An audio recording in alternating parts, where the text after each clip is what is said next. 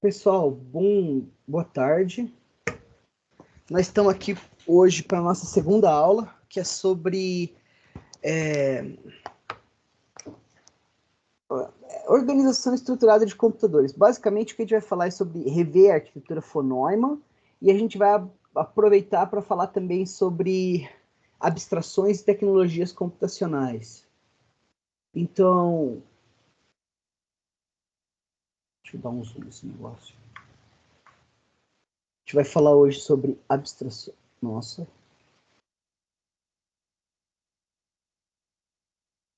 Abstrações e tecnologias computacionais. Tá. A aula hoje ela é meio teórica, mas a partir da segunda que vem a gente começa a ver as ferramentas que a gente vai usar e a gente já começa a ver a ISA e programar em Assembly, beleza? Então tá, vocês estão vendo minha tela aí, né? Sim. Então tá bom. Essas transparências já estão lá no grupo da disciplina, tá? Então, o que vocês entendem pelo processo de abstração? A palavra abstração, o que vocês entendem por ela? Uma coisa que a gente não tem contato físico, né? Uma coisa que a gente não tem contato físico. O que mais, pessoal?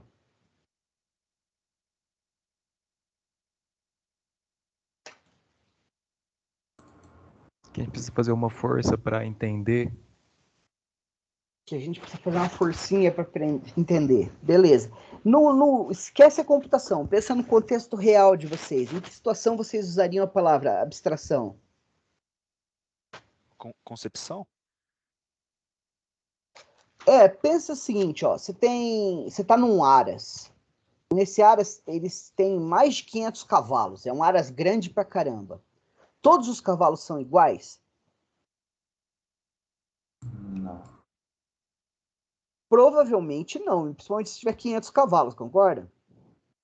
Sim. O que vai variar dos cavalos? Vai variar a raça dele, que vai variar as características físicas do cavalo, não é? Vai ter cavalo de crina comprida, de crina curta, de pata grande, perna curta, perna comprida, branco, preto, malhado, marrom, não vai ter um monte de tipo de cavalo? Mas é tudo cavalo, não é? Isso. Então, se você tivesse que descrever um cavalo, você podia pegar qualquer um desses 500 e descrever as características dele. Só que essa descrição, ela ia ser, essa explicação, essa definição do cavalo, ela ia ser específica para aquele tipo de cavalo, concorda? Tem como você pegar e se concentrar só nas características que são gerais para todos os cavalos? Tem sim. Isso é abstrair. Você olha para o específico, para os específicos e encontra o que todos eles têm em comum. Então, se eu for fazer uma abstração no cavalo, eu vou falar que ele é quadrúpede, que ele tem crina, que ele tem focinho, que ele tem rabo, que ele é grande, maior que uma vaca e menor que um elefante. Todo cavalo tem essas características que eu estou descrevendo, não tem? Isso. Sim, sim. Então, você encontra as características que descrevem um objeto ou uma coisa inequivocamente. Que todas as instâncias, todas as versões daquela coisa vão ter aquela característica. Isso é abstração. Beleza? Tranquilo. Então, vocês não fizeram PO ainda, né? Ou estão fazendo esse semestre? Foi no passado, PO1. Vocês viram abstração. Sim. Então, lá em PO, o que era abstração para vocês? Vocês tinham que criar uma classe. Vocês iam colocar na classe os atributos e os métodos que eram genéricos. E aí, quando vocês instanciavam aquela classe para criar um objeto, você ia atribuir valores a esses atributos. Quando você atribuía, você diferenciava um objeto de outro. Então, você cria a classe cavalo, e daí vai ter um atributo que é... Todo cavalo tem uma cor. Pode ser preto, pode ser marrom, pode ser branco, pode ser malhado, certo? E aí, como os atributos de um objeto e outro são diferentes, você tem instâncias, versões diferentes daquela classe de cavalos. Beleza? Então, abstrair é você pegar e se concentrar no que é fundamental para descrever aquele objeto. Beleza? Abstrair significa você ignorar detalhes e se concentrar na meta-informação, no que é básico. Legal?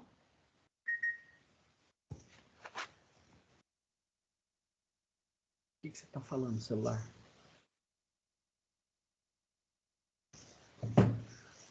Então tá.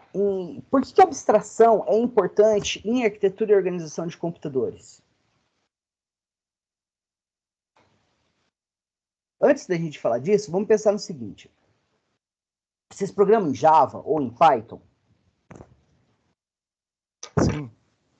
Tá, então vocês usam bibliotecas prontas para fazer a maioria dos programas que vocês fazem, não é? Sempre que possível. Sempre que possível. Por quê? Porque elas são testadas e elas aumentam a velocidade de desenvolvimento, não é? Para usar uma biblioteca, por exemplo, uma biblioteca de geolocalização ou uma biblioteca de processamento de linguagem natural, o que você precisa saber para usar essa biblioteca? O nome da biblioteca, para poder incluir ela, e o protótipo das funções que essa biblioteca fornece, não é? Você precisa saber como é que as funções, os métodos são implementados? Não. Não, você tem que saber o que ele faz, não é? Então, o que a gente faz é o seguinte, a gente pega uma biblioteca,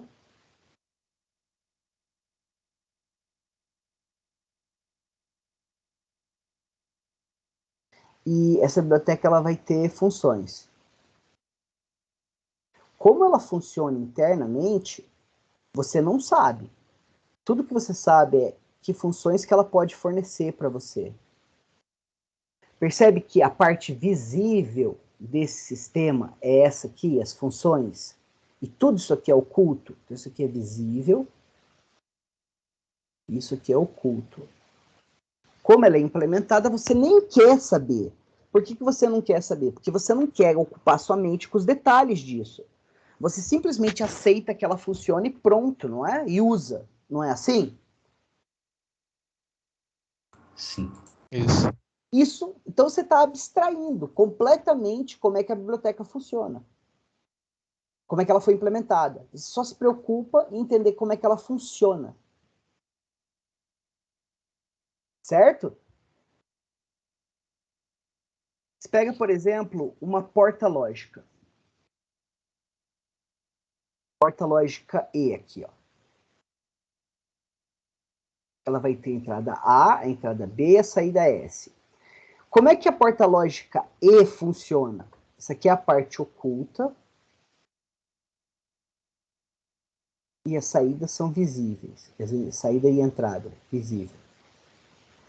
Como é que ela funciona? Você pode descrever ela através de uma tabela, não é?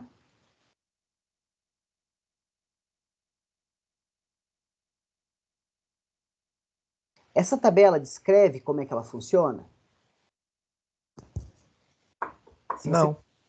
Claro que descreve. Se você colocar a entrada A igual a zero, a entrada B igual a zero, a saída S vai ser zero. A entrada A igual a zero, a entrada B igual a 1, e a saída vai ser zero. E assim por diante. Ela está descrevendo como é que a porta E funciona, concorda?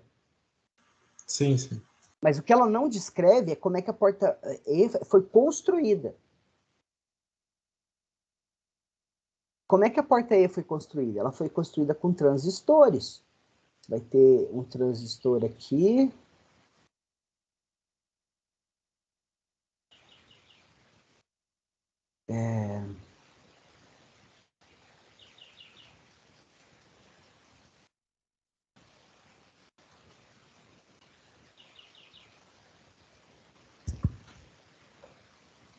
Agora, imagina se você vai estudar sistemas digitais, você tem que, toda vez que você quiser uma porta você tem que fazer esse circuito. Não é muito mais fácil você abstrair, ou seja, dane-se que é feito desse jeito. Eu vou me preocupar com essa representação dela e com como ela funciona. E não como ela funciona logicamente, não como ela funciona fisicamente. Faz sentido para vocês? Eu controlo a complexidade do que eu estou fazendo se eu faço isso? É muito mais fácil eu construir um circuito digital usando portas lógicas do que transistores, não é? Em última instância, uma porta lógica vai ser construída com transistores e são eles que vão fazer o trabalho real. Só que projetar nesse nível é muito complicado. É muito mais fácil eu projetar nesse nível. Imagina se você quer criar, sei lá, uma aplicação tipo um novo app para entrega de comida. E tu vai descrever ele em que nível? Em nível de aplicação. Você vai escolher uma linguagem de programação, bibliotecas, uma plataforma e vai desenvolver. Imagina se tu tivesse que fazer tudo. A interface de comunicação em rede, o sistema operacional sobre o qual isso vai rodar. Você não ia conseguir desenvolver isso em 3 meses, você ia demorar 10 anos, concorda? Chega uma hora que você usa o que já existe pronto para produzir um produto final. Essa capacidade de aceitar que as coisas funcionam de um nível mais detalhado para cima é o que a gente chama de abstração de tecnologias computacionais. No computador isso é fundamental. Para e pensa, quando vocês estudam, vocês já fizeram desenvolvimento de aplicativos, programação para internet, desenvolvimento de aplicativos móveis, vocês não fizeram as disciplinas de engenharia de software ainda, desenvolvimento de sistemas, vocês não fizeram nada disso, né? Não, isso aí acho que é mais no sexto período. Então, quando você chegar nessa parte, você não vai estar nem aí para como é que o computador funciona, o que torna ele real. Você vai saber que existem bibliotecas, plataformas, linguagem de programação, e você vai trabalhar nesse nível. Claro que você é uma pessoa consciente, você sabe que dali para trás, tudo no final das contas vão ser sinais elétricos chaveando transistores, que vão compor circuitos digitais, que vão compor subsistemas, que vão compor um sistema de computação, que vão compor um processador, que, por sua vez, vai ser um elemento dentro de um sistema computacional, que vai rodar um sistema operacional sobre o qual a sua aplicação vai rodar. Você não precisa se preocupar com nada disso. Do sistema operacional para baixo, você não se preocupa com nada. Você simplesmente aceita que existe para desenvolver sua aplicação, não é?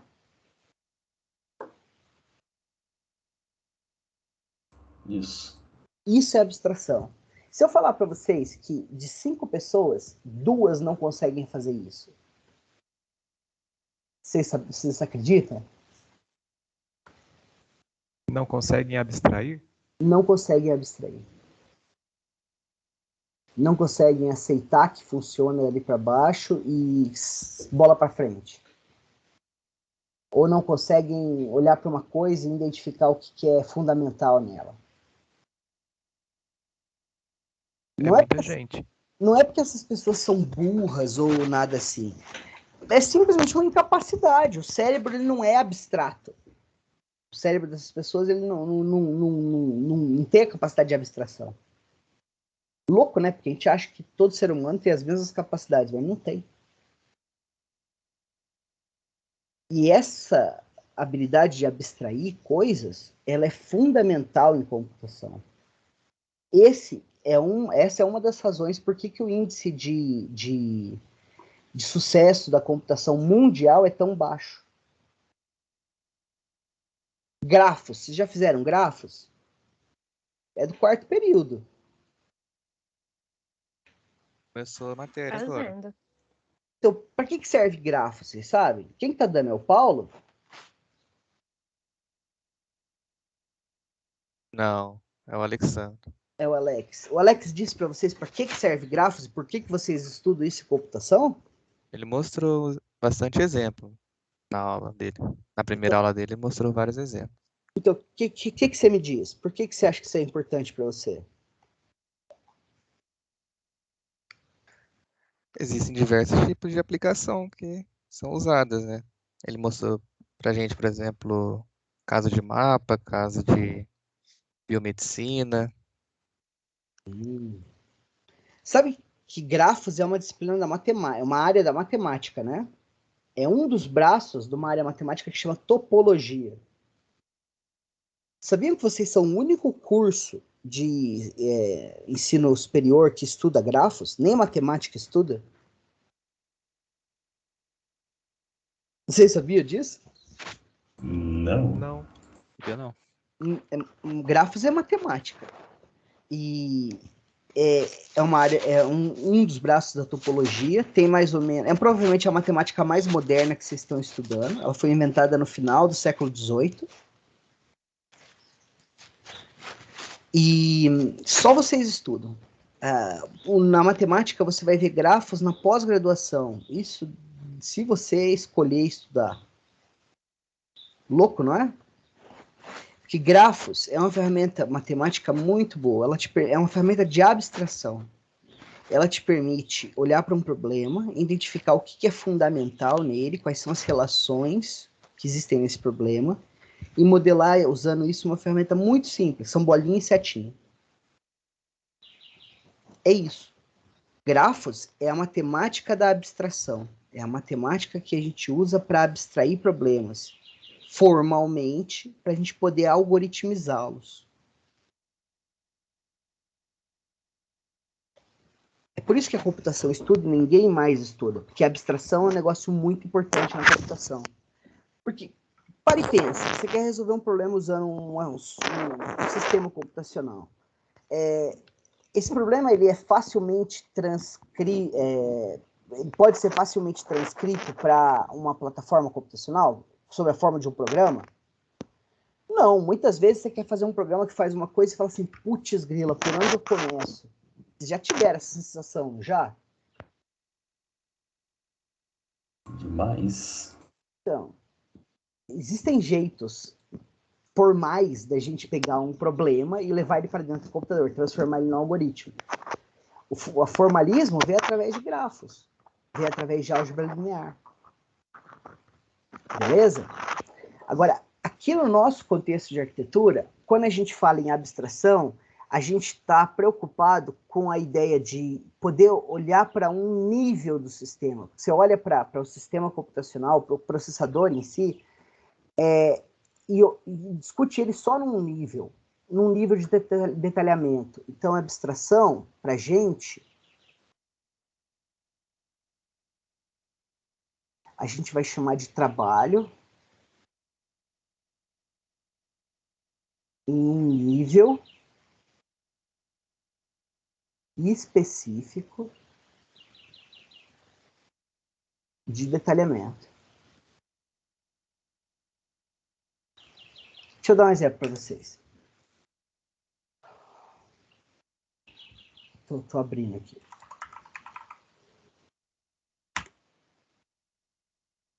Ah, não, eu quero esse aqui. Fala que abriu.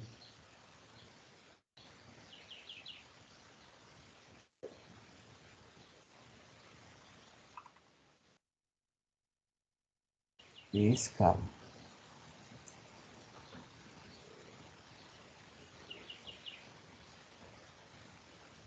Eu acho que eu consigo aqui, ó. Só um minutinho. Estão vendo essa figurinha aqui, ó, que está típica ao microprocessor? Estão vendo aqui no canto esquerdo? Sim. Sim. Então, isso aqui está descrevendo o que existe num processador. Não tem nenhuma novidade para vocês aqui, certo? Vai ter um barramento de endereços, um barramento de dados, um barramento de controle. Vai ter as entradas de interrupção, a entrada de clock, a entrada de alimentação, a saída de aterramento. Vão ter alguns sinais extra, alguns sinais de status, sinais para se comunicar com o processador e sinais para controlar o barramento. Isso aqui não é novidade para vocês, é? Vocês viram isso aqui já, certo? Sim. Já foi documentado. Percebe que essa figurinha, ela descreve um processador em termos das suas entradas e saídas? Como que esse processador é construído? Como que ele funciona? Essa figura não fala. Ela abstrai tudo isso e ela se concentra nas entradas e saídas dele. Essa figura de trás aqui, putz, que eu não consigo mexer, porque isso aqui é um PDF, é a arquitetura fonôima. Ela descreve um processador também? Descreve. Na realidade, ela descreve um sistema computacional inteiro, certo? Mas aqui, ó, essa parte azul tem a unidade lógica aritmética e a unidade de controle. Esses dois blocos descrevem um processador em termos das suas unidades funcionais.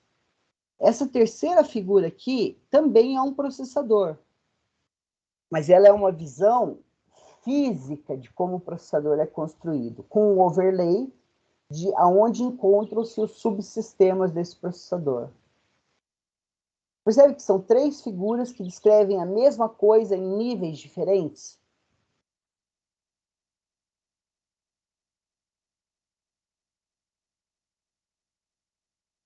Sim ou não? Vocês estão escutando? Sim, sim. Pessoal? Não, é que ninguém falou nada, eu achei que tinha caído, alguma coisa assim. Vocês conseguem ver que é a mesma coisa em três níveis diferentes? Aham. Em três níveis de detalhamento, certo? Aqui eu estou dando foco para onde estão os subsistemas.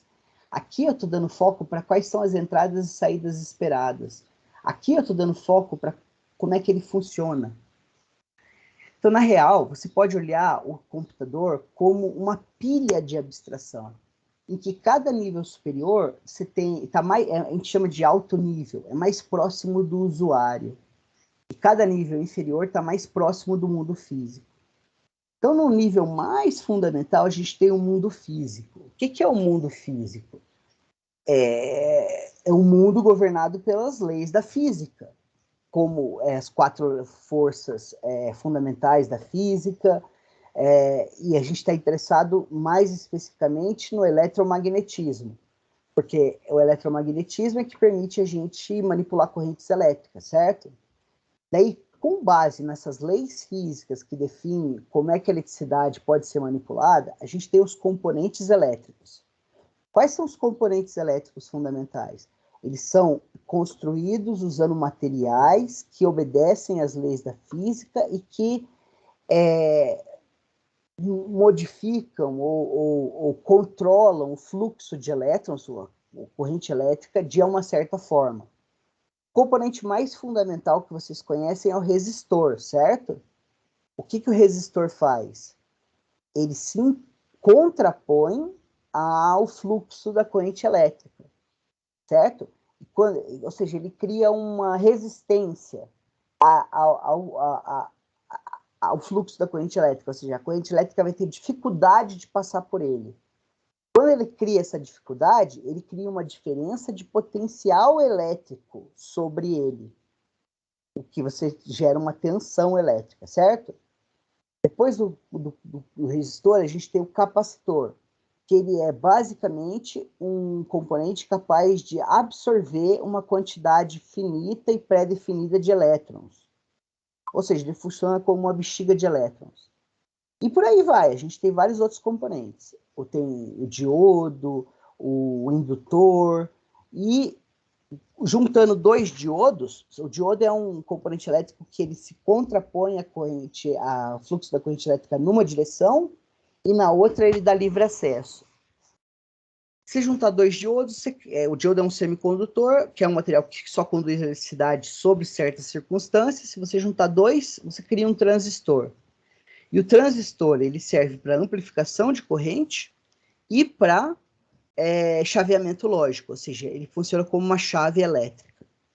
Com base no transistor, a gente constrói a eletrônica digital, com base no transistor como um componente físico. E na álgebra booleana, é uma matemática que opera só sobre dois valores, certo? A gente cria toda a eletrônica digital. Então, quando eu junto vários desses componentes elétricos, eu crio um circuito elétrico. O circuito elétrico é um caminho por onde a eletricidade pode percorrer. Esse circuito elétrico pode ser uma coisa muito simples, como, por exemplo, um circuito elétrico mínimo, né? Que é uma fonte de corrente e uma resistência. Ou pode ser uma coisa extremamente complicada. Bilhões de transistores interconectados, que é como um processador é construído hoje. Beleza? Se eu juntar alguns componentes elétricos de uma forma muito específica, eu posso criar o que a gente chama de portas lógicas, que são circuitos elétricos que se comportam como as operações lógicas previstas na álgebra booleana. Beleza até aí? E a partir, então aqui, ó, daqui para baixo, de circuitos elétricos para baixo, vocês não estudaram. Vocês concordam que vocês não viram isso aqui? Viram no segundo grau, bem porcamente, né? Alguém fez curso técnico de eletrônica aqui ou não? Eu fiz. Então você sabe do que eu tô falando. Sim, sim. Então, chega uma hora que você junta alguns componentes elétricos e você cria uma porta lógica, ou várias portas lógicas. A gente tem 3 fundamentais, né? A gente tem a porta E, a OU e a não. A E a gente representa ela assim, a OU a gente representa ela assim, e a não a gente representa ela assim. Isso aqui foi o ponto de partida para vocês de sistemas digitais, não foi? Isso. Daí, com base nessas portas lógicas, vocês construíram um monte de coisas em sistemas digitais. Vocês primeiro aprenderam a criar circuitos sequenciais, combinacionais, em que você combinava essas portas lógicas para criar funções lógicas. Ou seja, combinando entradas pré-estabelecidas, você produz uma saída esperada. Você também aprendeu a combinar eles usando retropropagação para criar o efeito de memória. E daí você pode construir circuitos sequenciais. Aí vocês viram flip-flop, lat, depois flip-flop, até que vocês chegaram aos flip-flops do tipo T e D. O T vocês usaram para criar contadores e o D vocês usaram como célula básica de memória e também para fazer registrador de deslocamento, aquelas coisas, certo? E aí acabou a eletrônica digital, não foi? Ah, não, vocês viram também máquinas de estados finitos, modelos de Mealy e Moore.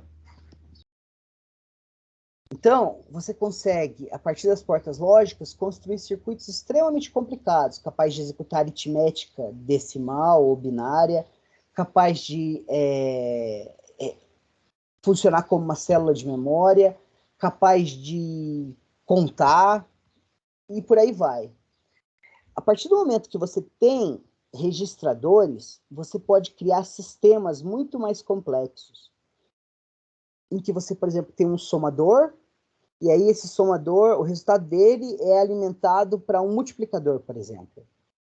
Então, você tem 2 subsistemas, o de somar e o de multiplicar. Normalmente você coloca um registrador entre os dois, para garantir que o multiplicador só vai processar depois que o somador tiver produzido o resultado dele. E é nesse nível que a gente constrói processadores. Só que observa que quando eu estou trabalhando em níveis de portas lógicas, eu posso juntar elas para criar um subsistema, um sistema digital. Então, por exemplo, se eu pegar isso aqui, ó, A0, A1, daí aqui eu vou ter o controle. O controle aqui vai ser 0, aqui vai ser invertido, e eu junto esses dois com uma OU. Vocês sabem o que é isso aqui? Isso é um MUX. 2 entradas para uma saída. A gente costuma representar ele assim, não é? Ó?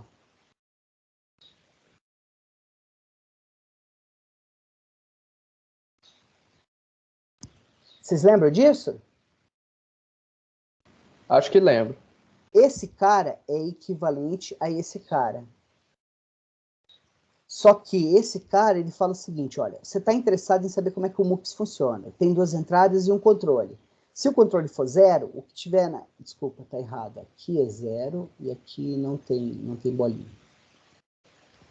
Se esse cara for 0, a entrada A vai passar para o S. Se esse cara for 1, a entrada A1 vai passar para o S.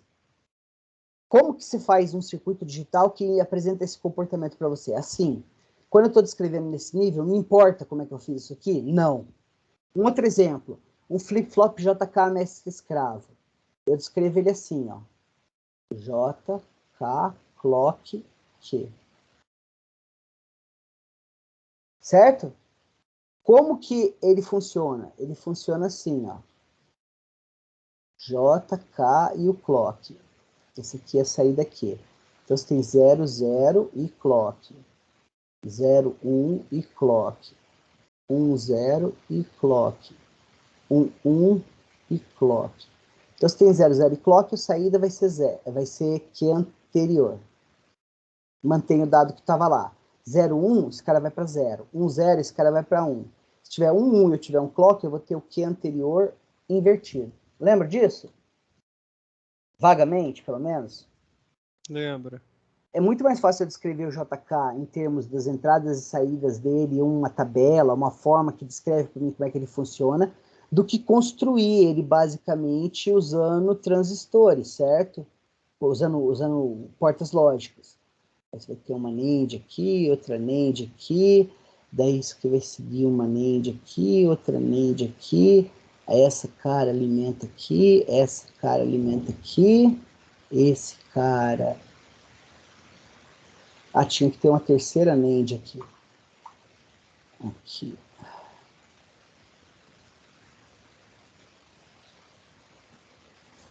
Pô, era bom desenhar direito, né? Esse cara alimenta aqui, esse cara alimenta aqui. Você faz isso aqui 2 vezes com o clock entrando... Onde que o clock entrava mesmo? Era aqui, né? Essa aqui era uma de 3 entradas. Aqui você tem o CLK. Aí você pega o clock, inverte ele e repete tudo. Esse circuito é esse circuito aqui. É muito mais fácil de escrever nesse nível aqui, certo? O professor de sistemas digitais faz isso aqui com vocês para vocês aprenderem como é que funciona, mas você vai descrever nesse nível, no nível de bloco. Isso aqui é o que a gente chama de subsistema. Ou componente. Certo? E quando você liga vários componentes, normalmente você põe uma célula de memória entre eles. Por isso que a gente chama isso aqui, ó, nível de transferência entre registradores. Usando essa possibilidade de criar subsistemas e ter registradores entre eles, eu posso criar uma microarquitetura. Microarquitetura é a organização do computador. Mas a organização segue um conjunto de instruções, que é a ISA da arquitetura, que é definida nesse nível. E aí, quando você tem uma ISA implementada na microarquitetura, você tem um processador. E aí você pode usar ele para compor um sistema operacional, um sistema computacional, que é um PC, por exemplo, ou um celular, que por si só não serve para porcaria nenhuma. Você precisa de um SO para controlar ele, ou uma máquina virtual, pelo menos. Daí, beleza, o SO ninguém quer ficar usando o Windows. O que você quer usar são as aplicações. Então, para criar as aplicações, você precisa de algoritmos e linguagem de programação. Você percebe que cada nível que eu subo nessa pilha, eu estou descrevendo em mais alto nível, mais longe do mundo físico, o que eu quero criar em última instância, que são aplicações? Vocês estão acompanhando ou vocês estão viajando? Uma olhada na cara de vocês me dizia, mas como eu não posso olhar na cara de vocês, eu tenho que confiar que vocês vão me dar um feedback auditivo. Tá dando pra acompanhar, sim. Tá dando pra acompanhar, sim. Então, vocês já tinham pensado na computação desse jeito? Eu não. Para e pensa, cara, por que a gente divide computação em tantas disciplinas diferentes? Porque todas elas tratam de aspectos diferentes? De coisas que a gente pode fazer na computação? Em alguns casos, sim. Por exemplo, redes de computadores é uma aplicação para computação. Mas se você pegar e olhar o núcleo básico do curso de vocês, Elas são disciplinas encadeadas que descrevem sequencialmente como o computador funciona, para, em última instância, você criar algoritmos e aplicações. Olha aqui. O mundo físico, componentes elétricos, circuitos elétricos, vocês viram no segundo grau. Portas lógicas, vocês veem SD. Register Transfer Level, vocês veem um pouco em SD. Microarquitetura e Instruction Set, vocês veem AOC 1 e 2. Sistemas computacionais, vocês veem um pouquinho em AOC e vão ver um pouquinho em SO. SOs e máquinas virtuais, vocês vão ver em SO. Linguagem de programação, vocês começam a ver desde o comecinho da faculdade a usar a linguagem de programação. Mas vocês vão aprender a criar a linguagem de programação. Vocês vão aprender onde? Em linguagens formais e compiladores. Certo? Aí, uma vez que você tem linguagem de programação, você pode criar algoritmos. Você acha que você cria algoritmos, você cria nada. Pra você ter uma ideia, eu tenho 13, 42, 29 anos de computação. Até hoje eu criei 3 algoritmos. Beleza? Porque algoritmo é um negócio muito complicado. Ele tem que seguir ele tem que ter parada garantida, ele tem que ser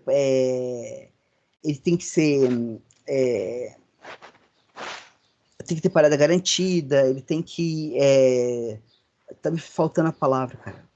Ficar velho é uma porcaria, você esquece das coisas. Apresenta um monte de pré-requisito lá. E para atender todos esses pré-requisitos, você vai ter 2 disciplinas, análise de algoritmos e teoria da computação. E daí você vai entender o que é um algoritmo, diferenciar de um procedimento, de um método heurístico, um método randômico, e você vai entender o que são algoritmos. Por exemplo, BoboSort é um algoritmo, Quicksort é um algoritmo. E por último, você vai usar tudo isso para resolver problemas usando o computador, que são criar aplicações. Então, o núcleo básico do curso de vocês é uma caminhada de baixo para cima nessa pilha que vocês estão vendo aqui. Louco, não é?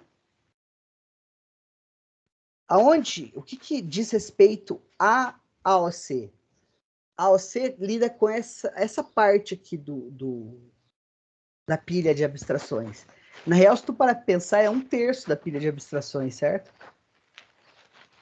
Então, no final das contas, é a disciplina que mais cobre do caminho aí com vocês. Beleza? Daí, aqui nessas transparências, eu falo dos níveis superiores da pilha, o nível de sistemas computacionais começa a interessar para a gente.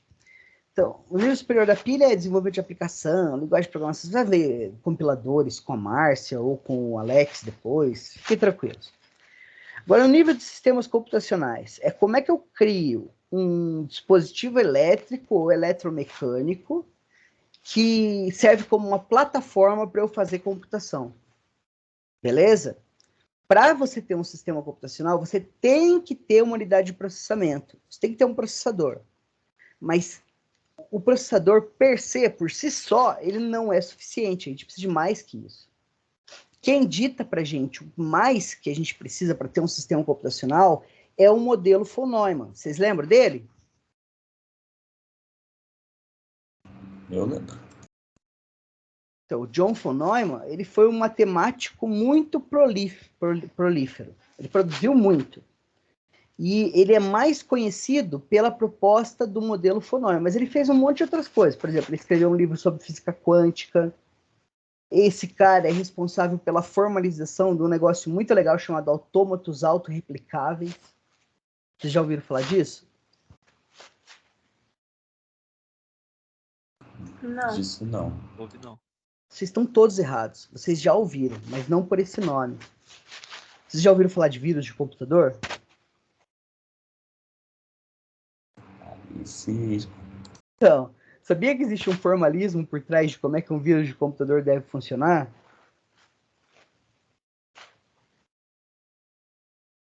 Não. Quem definiu isso foi o von Neumann. É o tal do autômato, uma máquina autorreplicável, que é capaz de se autocopiar. Não é isso que um vírus faz? Louco, não é? Beleza. Mas isso foi só uma side note de cultura geral para vocês, associada à computação. Quando o von Neumann, ele propôs em 45, mas na verdade é meio 45, 46.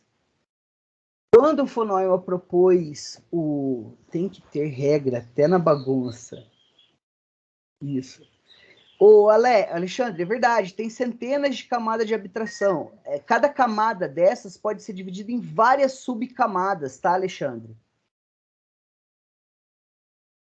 É que quanto que a gente vai detalhar? Quanto mais, por exemplo, se você chegar aqui no nível de aplicações e programas, aqui você vai ter framework, você vai ter biblioteca, você vai ter interface, você vai ter um monte de coisa. Cada tópico desse, por si só, é extremamente complicado. Tá, onde que a gente estava? Aqui. Então, quando o von Neumann propôs essa arquitetura, ela é meio óbvia para a gente hoje, vocês concordam? Pensar que um computador tem que ter uma CPU, tem um jeito de colocar e tirar a informação dele, tem que ter um lugar onde colocar a informação enquanto ele está trabalhando a informação. Vocês cresceram com computadores.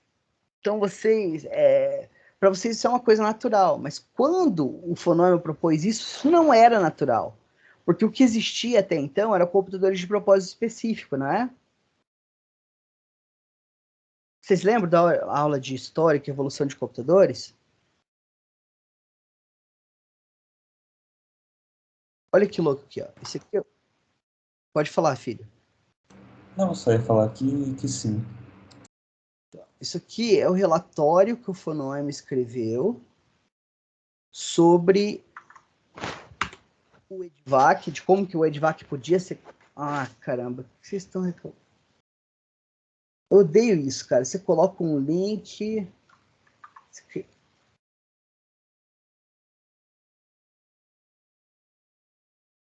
Vou apertar pro Google, quer ver? Ó, The First Draft EDVAC. É muito conhecido. Tá, filho, vai. Ele não me deixa clicar, ó.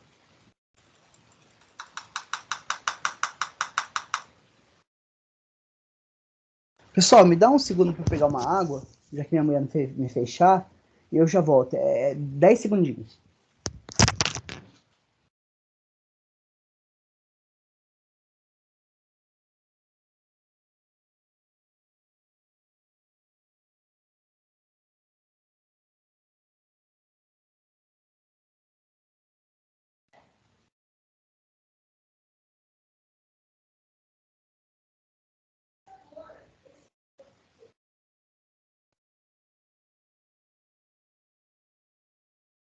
Não, acho que só tem que esquentar água. Tem uma máquina, eu coloquei água, só foi uma vez.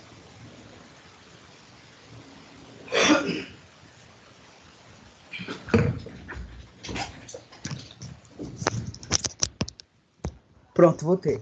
Aí, ó, esse aqui é o relatório, mas transcrito, né, que o von Neumann escreveu propondo a criação do EDVAC. E esse documento é super importante, é gigantesco. Esse documento é super importante porque aqui tem um diagrama que propõe a arquitetura von Neumann. Eu estou procurando o maldito diagrama.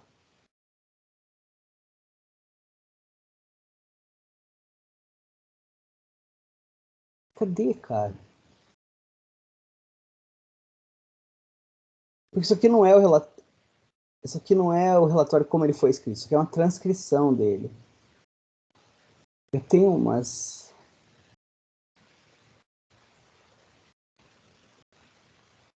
Cadê, cara? Estamos chegando no final.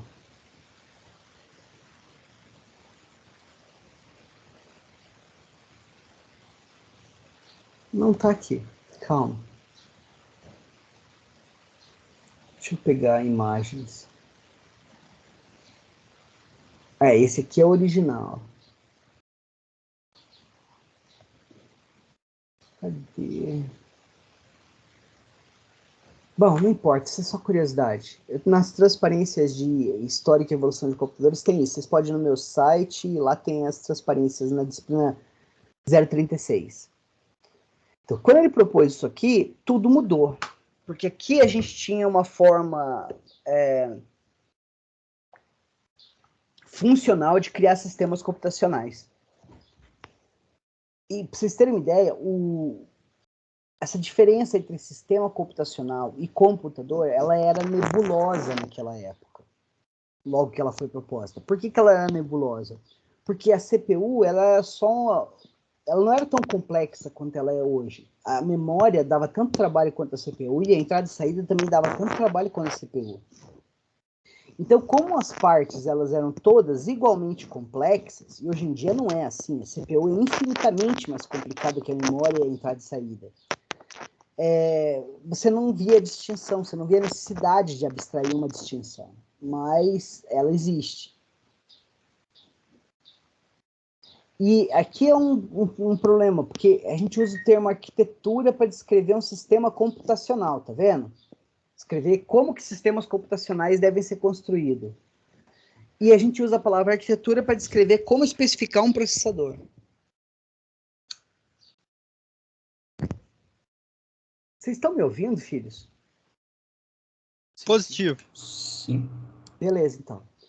Tá, daí aqui, ó, você pode pegar o modelo von Neumann, esse diagrama bem simplesinho assim, e detalhar ele um pouquinho mais. Ou seja, a gente está abstraindo um pouco menos.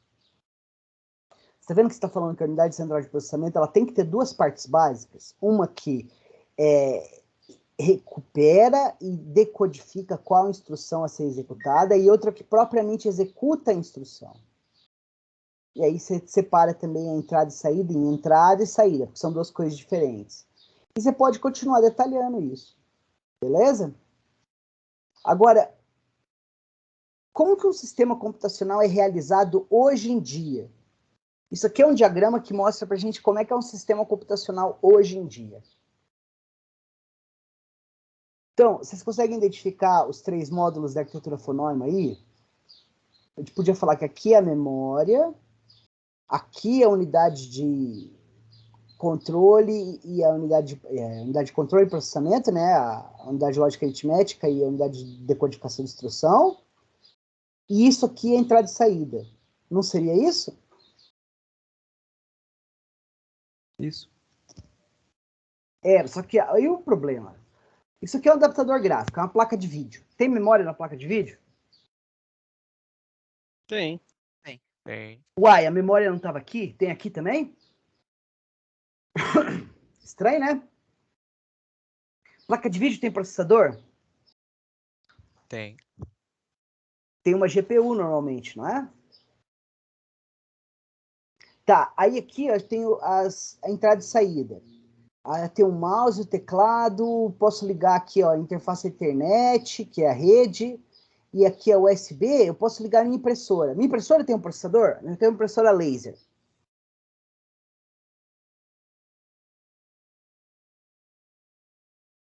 Ela tem um processador ou não? O que vocês acham? Eu creio que sim. Você acha que a impressora laser tem uma memória?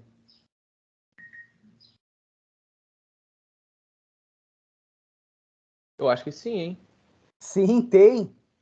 Para e pensa, você tem Tá, daí a gente chamou a memória RAM de memória, certo? Mas aqui, ó, ligado na SATA, por exemplo, você tem o seu SSD. O SSD é memória?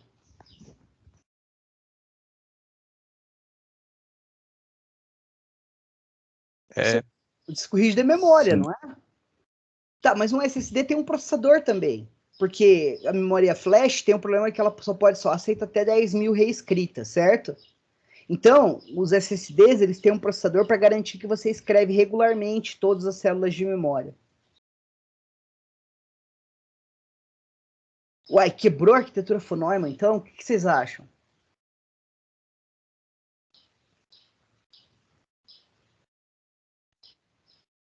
Cláudio disse para vocês que a arquitetura von Neumann é a solução que a gente encontrou para sistemas computacionais e que a gente usa ela até hoje?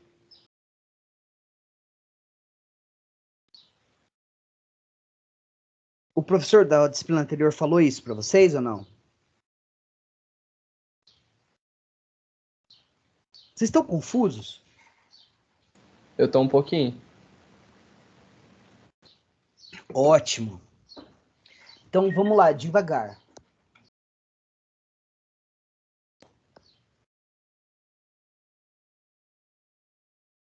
Então vamos devagar. Cada módulo, cada bloquinho nesse diagrama é um sistema complexo em si, certo? Por exemplo, em AOC a gente foca principalmente só na CPU.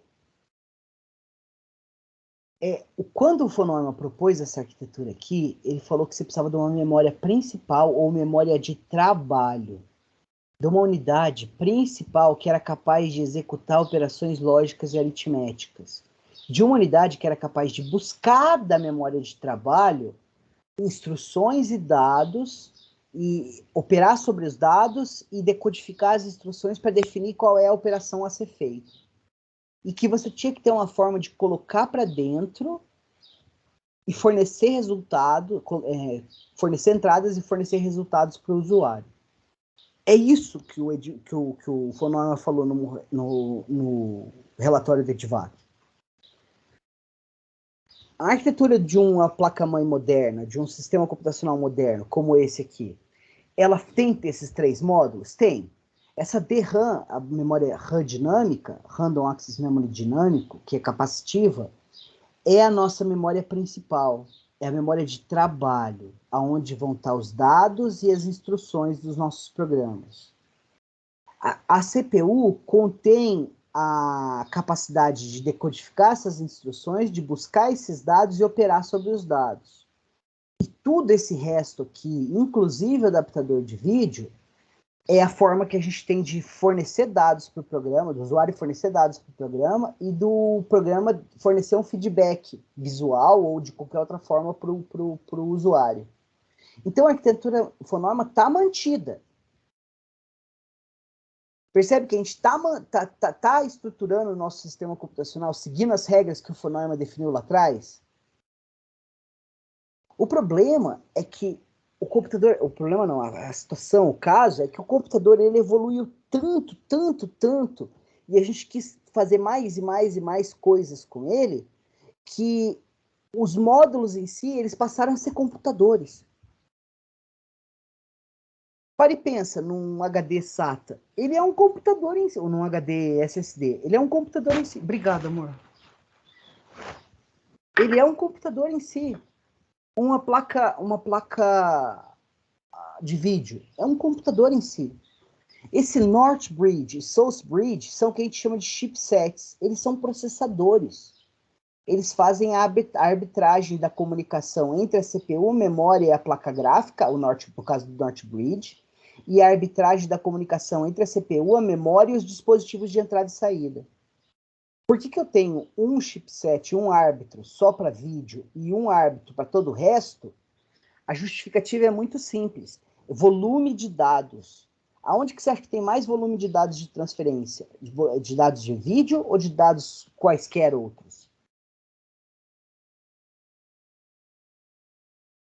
Dados de vídeo. Muito, não é? Pega, por exemplo, um monitor padrão de 1024 por 768.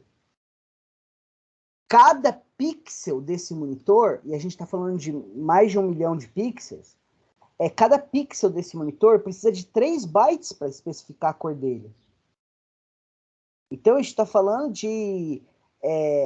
pensa que se você está passando um vídeo, ou você tem que mostrar 28 telas, 24 telas no mínimo por segundo. O volume de dados de transferência aí é muito grande. Então a gente criou uma memória de vídeo para conter esses dados. Porque senão ele dominava o acesso à memória principal, a memória de trabalho. Por que uma impressora tem memória? A impressora tem memória por causa que uma impressora laser, no caso, por exemplo, ela imprime um formato de dados chamado PS, PostScript. E esse formato, ele é quase que uma foto. Então, é imagem também. Então, o volume de dados é grande. Essa memória na impressora a gente chama de buffer de impressão. Existem 2 buffers de impressão. Um mantido na memória de trabalho e o outro mantido dentro da impressora. Mas a arquitetura Fonorma não foi descartada. Ela simplesmente foi especializada. Agora vocês entenderam ou não? Mais Positivo. Louco, não é?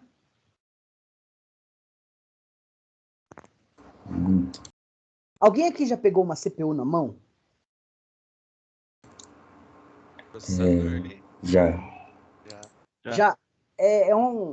Parece uma pastilha. É do tamanho de uma bolacha de chocolate daquelas recheadas, não é?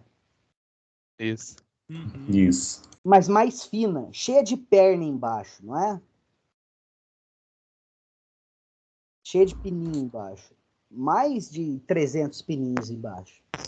Me conta um negócio. Uma CPU por si só, ela serve para alguma coisa? Não. Cara, ela não serve nem como peso de papel, porque ela é meio leve. A CPU, embora possivelmente seja o objeto mais complexo que o ser humano já criou, ela por si só ela não serve para nada. Ela tem que estar embutida num sistema computacional para ela ser útil. Um sistema computacional sem uma CPU também não serve para nada. E hoje em dia, os sistemas computacionais, sem o sistema operacional, não servem para nada.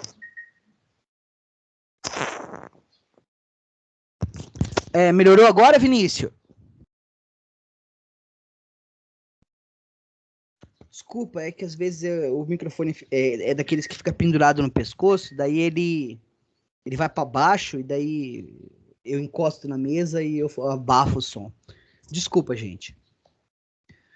Então tá, essas transparências descrevem um pouquinho mais sobre a Northbridge, que também é chamado de GMCH, Southbridge. Eu aconselho vocês a lerem mais sobre esses assuntos. Meu objetivo aqui é só passar uma ideia geral para vocês, tá?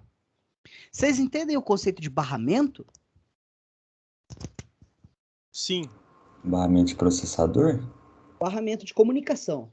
Ah, sim. Barramento é o seguinte, se você olhar para esse gráfico aqui, percebe que tem umas linhas ligando todos os dispositivos de alimentação a uma linha comum que entra no source bridge, estão vendo? Essa linha, assim, ela é uma conexão entre eles, certo? Então, para e pensa, o USB, ele trabalha com 64 bits. Aí, para cada bit do teu USB, ele é serial, mas depois que sai da interface USB, ele produz um dado de 64 bits. Cada bit desses, tanto que o USB significa Universal Serial Bus, né? Barramento serial universal. Cada bit desses de comunicação precisa existir fisicamente. Então, vai ser um fio. Certo? Então, imagina que tem 64 fios, é mais do que isso, na realidade, saindo daquela interface USB e entrando na Source Bridge. Imagina que tem outros 64 ou 32 saindo do dispositivo de áudio e entrando na Source Bridge. O teclado tem 8 bits ou 16 bits. Pode ter até 32. Entrando na Source Bridge. A interface Ethernet, que vai estar na PCI Express, que vai estar ligado na Source Bridge, mais 64 bits. Quantas linhas tem que chegar na Source Bridge para conectar todos esses dispositivos? Milhares? Não dá, né, pessoal? Porque lembra que num computador, num circuito digital, ele é todo bidimensional. Vocês vão ver em grafos que existe um teorema da planaridade, que é como que você cria um grafo sem que nenhuma aresta cruze outra. Isso é extremamente importante para fazer roteamento de circuitos elétricos. Então, sem contar que esse tanto de fio correndo um do lado do outro é problemático, porque toda vez que você trafega uma corrente elétrica por um fio, você gera um campo eletromagnético em volta dela. Você induz corrente nos fios que estão próximos. Então, um fio induz no outro, que induz no outro, isso aí pode gerar um ruído desgraçado. Então, você precisava limitar o número desses fios, por vários motivos. Como é que a gente limita? A gente liga eles todos juntos. Um barramento é isso, é um conjunto de fios em comum que permitem a comunicação entre vários dispositivos diferentes, permitem a interconexão de vários dispositivos diferentes. Beleza? Esse conceito de barramento é super importante em eletrônica e em computação. Normalmente, quando você está desenhando um circuito elétrico e você tem um fio, você faz uma linha. Se você tem 32 fios, você pode fazer 32 linhas. Só que é uma porcaria fazer 32 linhas. Então, o que você faz? Você faz um fio, põe um traço e escreve 32 embaixo. O que essa anotação está dizendo para você? Está dizendo que esse fio, na realidade, são 32 fios. Eles são um barramento. Vocês já viram isso, né? Sim. Maravilha, então. Deixa eu ver o que mais. Tem esse módulo aqui muito engraçado, chama SIO.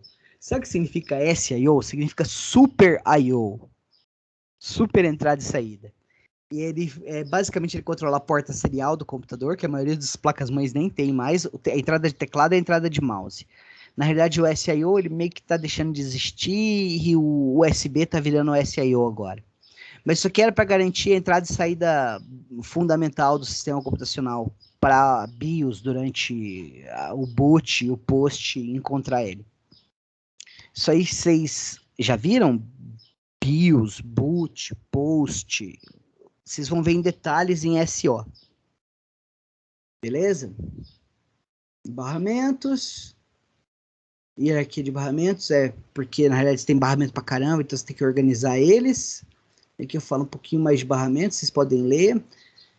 E aqui são os 3 módulos da arquitetura fonôima com os sinais que são esperados deles. Tudo isso aqui é detalhinho bobo. E aqui, ó, eu tenho algumas visões estruturais de processadores reais. Esse aqui é o Pentium 4. É o último que saiu antes de começar a série I. Vocês notam alguma coisa? Tá vendo? É aquele diagrama que descreve o processador em termos de suas entradas e saídas. Vocês conseguem notar alguma diferença em relação àquele primeiro processador que eu mostrei para vocês?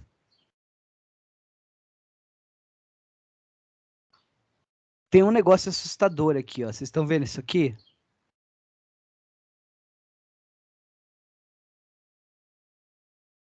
Vocês estão vendo? Aterramento?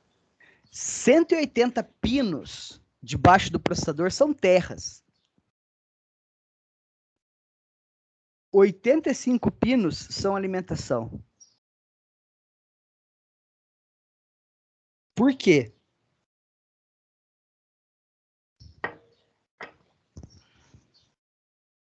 Algum Muita chute? energia, muita energia. Porque ele consome muita energia e não consigo fornecer a energia toda num pino só? Isso. Essa é uma possibilidade. Alguém tem alguma outra possibilidade?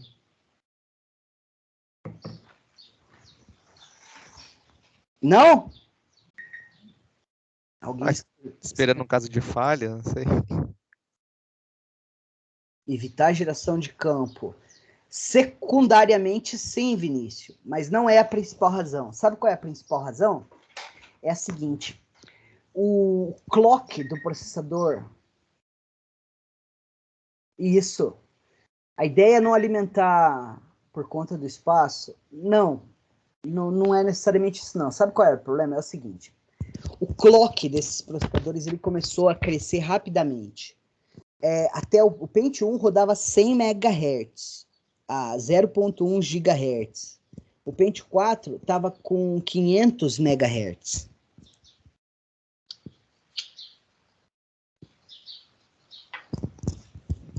Gente, eu sei que 100 MHz parece um número pequeno, perto dos 3 GB que a gente tem hoje, porque na realidade são uma ordem de grandeza maior, né? Mas é uma velocidade muito rápida. 100 MHz são 100 milhões de pulsos de clock em 1 segundo.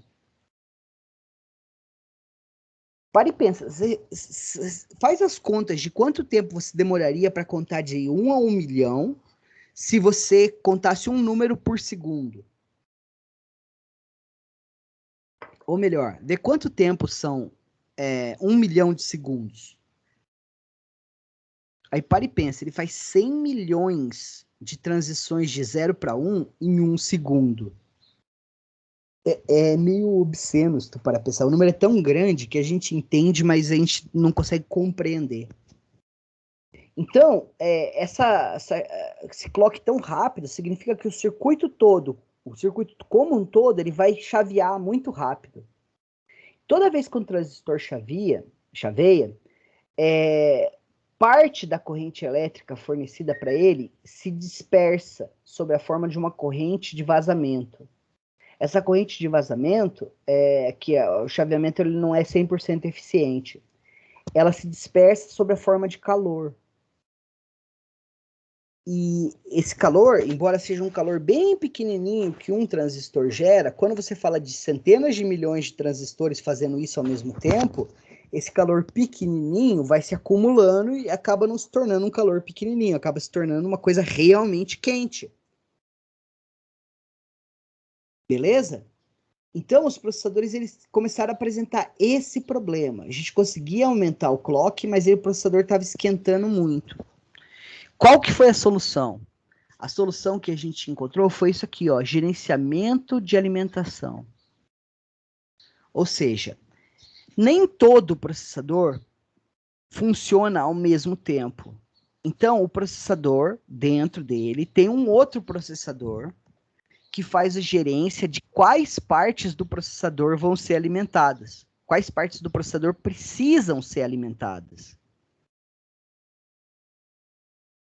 Legal? Interessante. Então, um processador moderno, ele não fica todo alimentado ao mesmo tempo. Ele pode estar todo alimentado ao mesmo tempo? Pode. Ele fica todo alimentado ao mesmo tempo? Não. Por quê? Para controlar a dissipação de consumo de energia e dissipação de calor. Louco, não é? Parece mais ou menos que nem o cérebro da gente. Se para pensar no cérebro, o cérebro da gente está ativo todo ele o tempo inteiro? Não. O cérebro da gente ele é ativado, corrente elétrica passa por sinapses diferentes na medida da necessidade. Por exemplo, se tu tá mentindo, aí você vai ativar uma região diferente do seu cérebro se você tá falando uma verdade. Se você está lembrando uma coisa que aconteceu há 10 anos, você está ativando uma região diferente do seu cérebro do que você lembrando uma coisa que aconteceu hoje ou ontem. Vocês já viram uma imagem de ressonância magnética funcional que mostra a ativação do cérebro em tempo real? Não, nunca vi. Então procura no YouTube, cara. É bem melhor do que Já vi. um gatinho peidar arco-íris. Ou gatinho, meme de gatinho. Escreve Functional Magnetic Resonance Imaging. E aí você vai ter vários vídeos lá mostrando. É muito louco. Eles fazem uns exames assim que falam assim, ó, pensa num cachorro. Aí o cara pensa em uma área do cérebro ativa, assim, você vê em tempo real a área do cérebro ativando. Aí ele pergunta, quanto que é 10 vezes 35? Aí outra área do cérebro ativa. Como que fala gato em inglês? Outra área do cérebro ativa. Ou eles pegam e abrem um pote de perfume e aí você vai sentir um cheiro, uma área do cérebro ativa. É muito legal. Mas a inspiração do gerenciamento de alimentação veio daí, exatamente. E hoje em dia a gente tem gerenciamento de clock também. Quer ver um negócio legal? Deixa eu mostrar aqui para vocês. Detalhes. Não, desempenho. Cadê processador? Eu quero CPU. Olha aqui, ó, velocidade do clock. Isso aqui é um Ryzen 3, tá? Vocês estão vendo que a velocidade do clock está variando? Quer ver, ó? Eu vou pegar e rodar um programa. Desculpa, deixa eu fechar. Agora eu vou rodar ele. Fica aberto, filho. Você tá vendo que a velocidade do clock aumentou?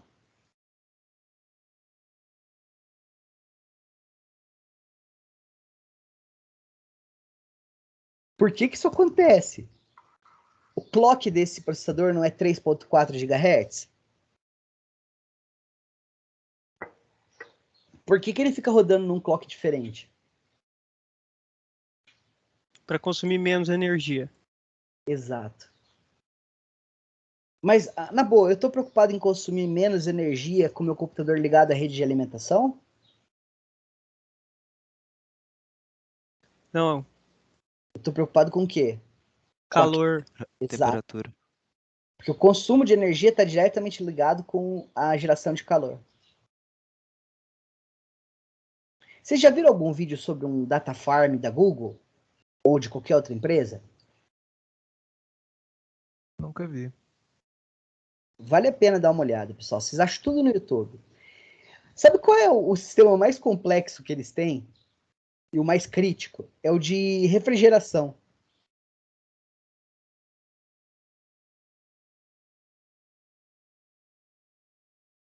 Porque num data farm, o processador ele não fica com loading que nem o meu, que está aqui de 6, 7%, tá vendo? Agora foi para 11. Por que que foi para 11? Porque eu mexi o mouse, ó. Tá vendo? Parei de mexer o mouse. Louco, não é? Isso aqui, ó, é o processador respondendo a interrupção do mouse. E aí, quando ele responde a interrupção do mouse, eu passo da aplicação, que é essa coisa que eu tô vendo, para o sistema operacional, que vai invalidar um monte de cache e que gera esse trabalho extra do processador. Mas como eu estou rodando um sistema operacional e eu não estou basicamente usando todo o potencial do meu processador, porque só está rodando Teams e alguns outros processos atrás, a utilização do processador fica baixa. Significa o quê? Que o processador ele não está funcionando esse tempo todo. Ele pode rodar num clock mais baixo, boa parte dele não está alimentado. Louco, não é?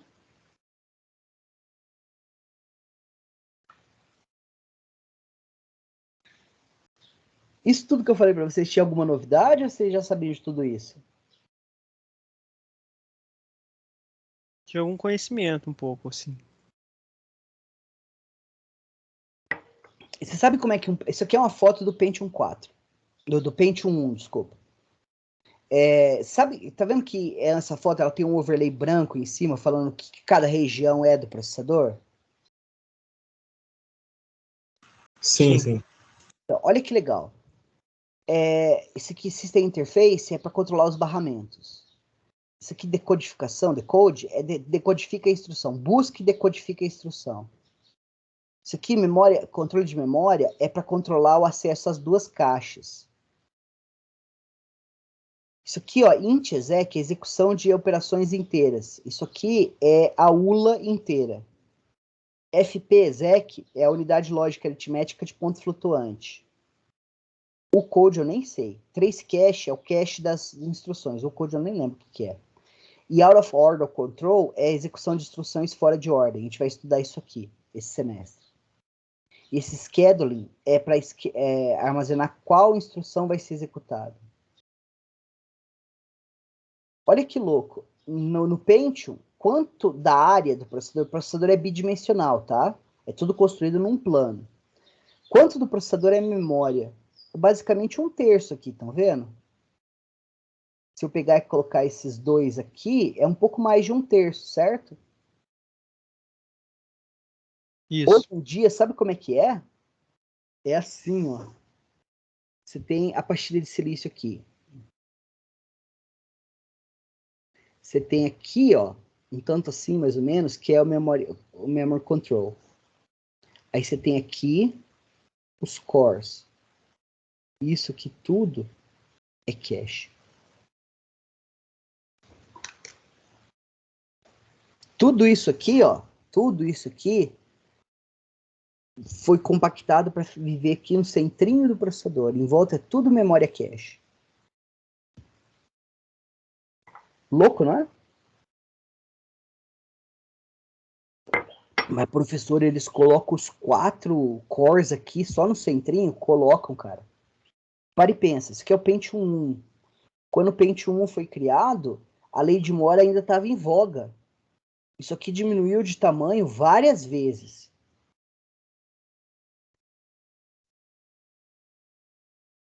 Louco, não é? E vocês sabem como é que a gente constrói um negócio tão pequeno assim?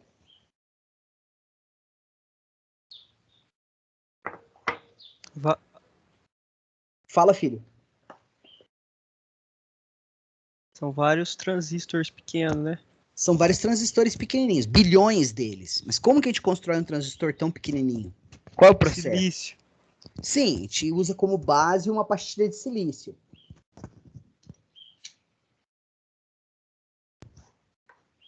Mas como é que é um transistor? Imagina que aqui você tem a pastilha de silício, ó, que é a superfície da pastilha de silício. O silício é o Si, certo? Isso aqui é uma latice de silício, é uma retículo cristalino de silício. Só tem silício, silício puro. Como que eu transformo o silício num transistor? Energizando. Sim, você usa energia para o processo. Mas o que você faz é o seguinte: você põe a pastilha de silício numa câmara, numa sala, num caixote, a vácuo, sem nenhuma sujeira. É uma sala limpa para produção de transistor, de circuito de processadores, é mais limpa do que um laboratório nível 5 de biossegurança. Louco, não é? Não pode ter um grão de poeira. Se acontecesse um apocalipse zumbi, cara, e tivesse uma fábrica de silício, de circuito integrado perto de mim, eu ia para a fábrica de silício. Extremamente segura e extremamente limpa. Daí, beleza. Então você tem a pastilha de silício, põe ela nessa câmara a vácuo completamente limpa. Daí você injeta nessa câmara de vácuo uma nuvem, um gás que contém algum elemento químico, por exemplo, fósforo. Beleza? E daí você pega e cria uma foto maior do desenho do circuito que você quer. E você emite uma luz aqui. Essa lente vai pegar e concentrar a luz e ela vai incidir num ponto bem pequenininho e vai pegar e deslocar um átomo de silício e colocar um átomo de fósforo no lugar.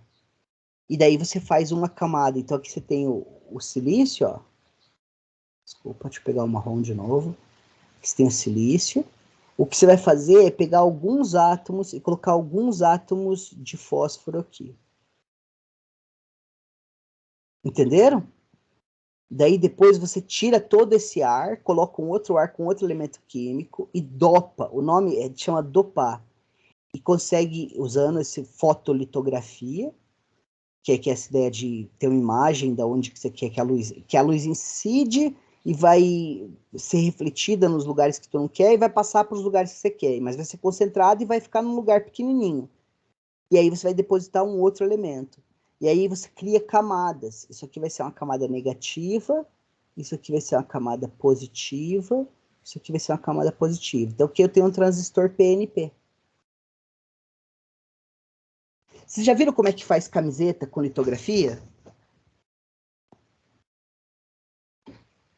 Não, professor. Não. Na realidade é isso, você cria uma matriz. A matriz é uma foto do desenho que tu quer fazer. Daí você pega e incide luz sobre essa foto, sobre essa transparência com o desenho. Os lugares que você quer que a luz passe, ela vai passar, os lugares que você quer que ela reflita, ela vai refletir. Você põe a camiseta num líquido, onde a luz bate, a tinta se fixa. É o mesmo processo.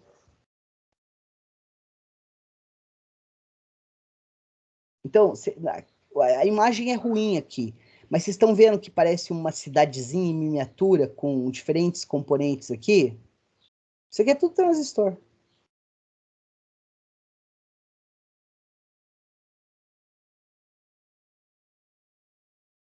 Legal como isso é feito, né? E sabe por que que a gente conseguiu um overboost na escala de integração? Porque a gente conseguiu começar a usar a luz azul para fazer isso. E a luz azul, ela tem uma frequência bem mais rápida, ou seja, a forma de onda é bem mais curta do que as outras cores de luz que a gente usava. Tanto que a gente teve o CD, depois teve o DVD, e daí depois passou bastante tempo que a gente só tinha DVD, e finalmente a gente criou o Blu-ray, não foi? Por que chama Blu-ray? Raio azul. Porque a luz que você usa do laser para leitura escrita do negócio é azul. Mesma coisa com diodo, o LED, que é um diodo que emite luz, né? A gente tinha diodo de tudo quanto é cor, mas a gente não conseguia fazer azul. O azul foi um problema pra gente na tecnologia, mas a gente domina ele hoje. Beleza?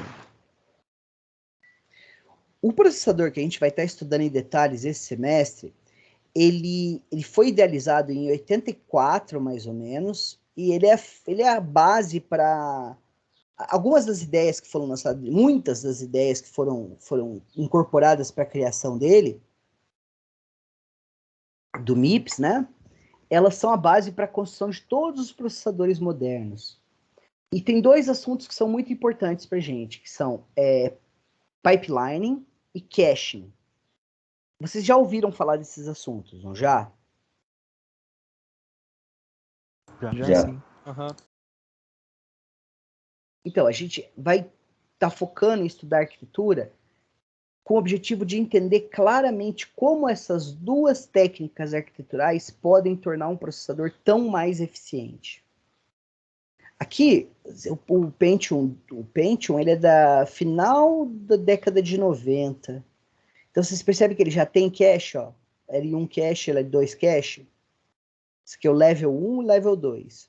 Por que tem vários levels, vários níveis? E percebe que um é menor que o outro?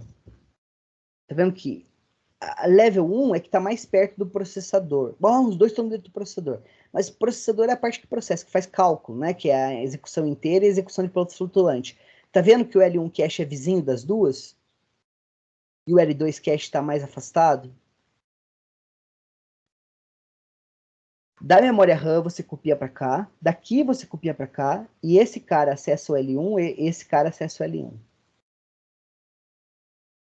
Só que esses transistores, tanto do L2 quanto do L1, eles são construídos usando transistores. É o que a gente chama de DRAM. Você percebe que aqui a gente tinha... Não, é SRAM, desculpa. Percebe que aqui a gente tinha DRAM, ó. Uma figura aqui. DRAM. Você sabe qual é a diferença entre uma DRAM e uma SRAM?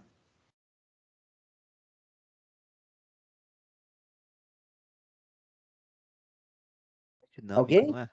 Oi? D significa dinâmico e S significa estático. Tem duas diferenças básicas. A primeira é que a DRAM ela é externa ao processador. Ela é o que é conhecido como memória de trabalho ou memória principal. E ela chama DRAM. Esse D é de dinâmico. Essa é a primeira diferença. E a segunda diferença é a seguinte. A primeira é externa e a segunda é que ela é construída usando capacitores. A memória é capacitiva. Louco, não é? O capacitor não é tipo uma bexiga de elétrons? A bexiga de elétrons ela pode estar com elétrons dentro dela ou sem elétrons. Se o capacitor está cheio, você tem um armazenado. Se o capacitor está vazio, você tem um zero. Por que a gente constrói essa memória desse jeito? Porque é barato. Então a gente pode ter bastante memória. Só que ela é bem mais lenta. Ela é de 50 a 100 vezes mais lenta do que a memória, do que o processador, do que a execução inteira ou a execução em ponto flutuante. Então, imagina que você lê um dado da memória. Você vai ter que ficar o tempo de 50 instruções ocioso, ou seja, sei lá, cada instrução demora mais ou menos uns 4 ciclos de clock para executar, então 200 ciclos de clock sem fazer nada, até o dado ser trazido da memória para você poder executar uma instrução. Parece bem pouco eficiente, não parece?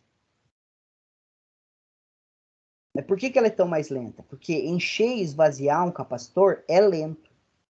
Isso não é um processo, não é um chaveamento. Existe uma curva, é assim, ó.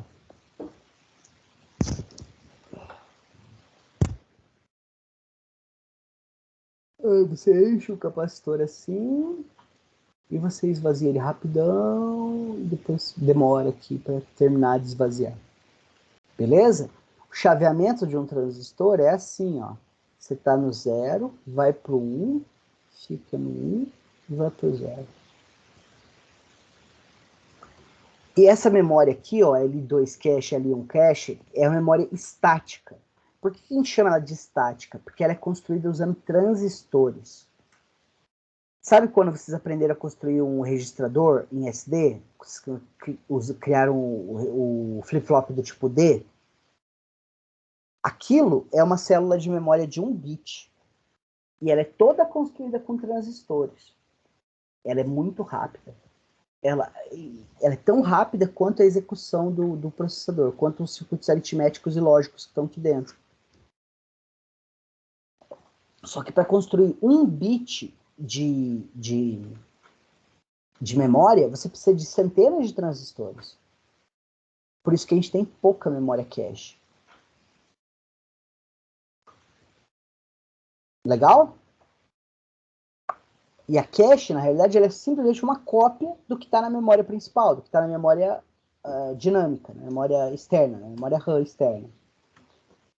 E a gente vai entender como que a cache habilitou a gente ter um pipeline eficiente. Sem a cache não existe isso. Mas a gente vai começar o nosso estudo aprendendo a arquitetura do conjunto de instruções da arquitetura MIPS. Eu sei que vocês já fizeram um pouquinho no semestre passado, mas a gente vai fazer mais sistemático esse semestre. Então a gente vai ver o formato das instruções, a gente vai ver abstração em nível assembly, que é o conjunto das instruções válidas, e daí a gente vai escrever um monte de programas juntos, com base nesse... Nossa, acabou a aula. Com base nesse monte de programas juntos, a gente vai ganhar um entendimento da filosofia da ISA e da sua sintaxe, das regras, do funcionamento dela, para a gente poder construir um processador. A gente construir o processador, olhar para os problemas que a nossa organização tem, melhorar ela, até a gente chegar no pipeline. E daí a discussão é toda como que a gente habilita o pipeline a ser o máximo eficiente possível. Através de execução preditiva, especulativa, execução fora de ordem, caching e assim por diante. Beleza, pessoal? Dúvidas, perguntas, considerações, observações, reclamações? O que vocês me dizem?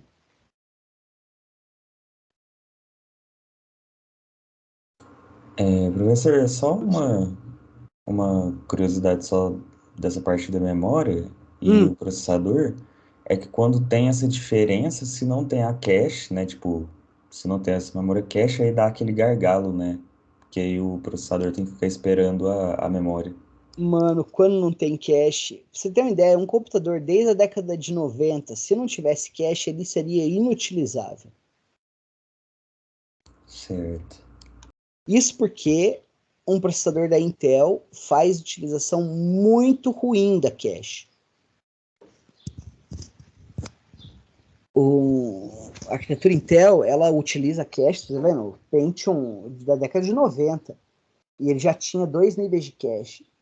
Mesmo assim, nem se compara com a utilização que uma arquitetura MIPS ou as derivadas da MIPS, tipo a ARM, faz da cache. O louco é o seguinte: beleza, o processador fornece para você um conjunto de instruções que tu pode usar para escrever seu programa. Só que você escreve o programa em assembly? Não, você vai escrever em C, ou Python, ou o que seja, certo? E o seu programa ele vai ter que ser compilado para poder executar no processador. Compilar o programa significa o quê? Verificar se ele está léxica, sintática e semanticamente correto. E daí, se ele tiver, traduzir ele para instruções de máquina, não é? Esses compiladores, eles não querem utilizar as instruções que eles sabem que são lentas. Então, você tem um processador da Intel que tem milhares de instruções, mas pega um compilador moderno da Microsoft, por exemplo, o VC, ele não vai gerar um código de máquina que usa todas as instruções do processador. Ele vai usar um subset, que ele sabe que é eficiente. O suporte a todas as outras instruções, que ainda é dado no processador, é único e exclusivamente por retrocompatibilidade, para que programas antigos possam ainda rodar naquele computador. Louco, não é? Nossa, muito interessante. Porque a Intel tem um negócio que eles chamam de Core RISC. Mas não é um core de verdade, como a gente entende, que é um processador dentro da pastilha. Ele é, na realidade, suporte para um subconjunto de instruções que operam sobre os preceitos definidos na arquitetura MIPS. Se não fosse assim, o processador não ia ser competitivo. O desempenho dele não ia ser comparável ao desempenho do processador MIPS. As GPUs não têm essa limitação, porque elas não precisam ser retrocompatíveis e elas são extremamente customizáveis, porque elas têm a própria placa-mãe delas, que é a placa de vídeo. Então, empresas como a NVIDIA, a AMD, têm uma latitude muito maior para produzir os GPUs deles. Mas elas todas operam sobre preceitos MIPS. E a gente vai escrever os programas em assembly juntos, e eu vou passar exercícios para vocês entenderem essas ideias de como que um programa deveria executar. Essa filosofia de funcionamento do processador. É muito melhor vocês aprenderem assim do que aprenderem teoricamente, comigo falando.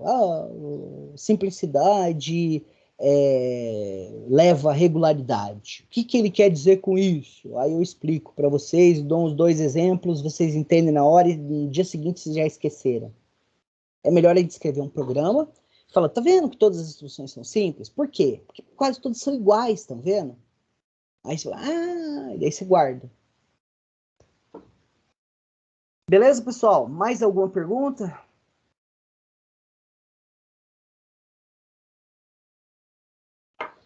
Pessoas? Tudo certo. Então tá. Eu desejo para vocês um bom final de semana. A gente se vê na segunda para ver as ferramentas que a gente vai utilizar e já começar a escrever nosso primeiro programa, tá? Fechado. Beleza. Beleza, até segunda então. Perfeito, até segunda, semana. professor. Falou. Obrigado. Beleza, até mais. Então tá, pessoal. Até mais. Tchau, tchau. Tchau. Até mais, professor. Boa tarde. Obrigado Vocês pela também. aula. Que isso. Tchau, tchau. Tchau, tchau.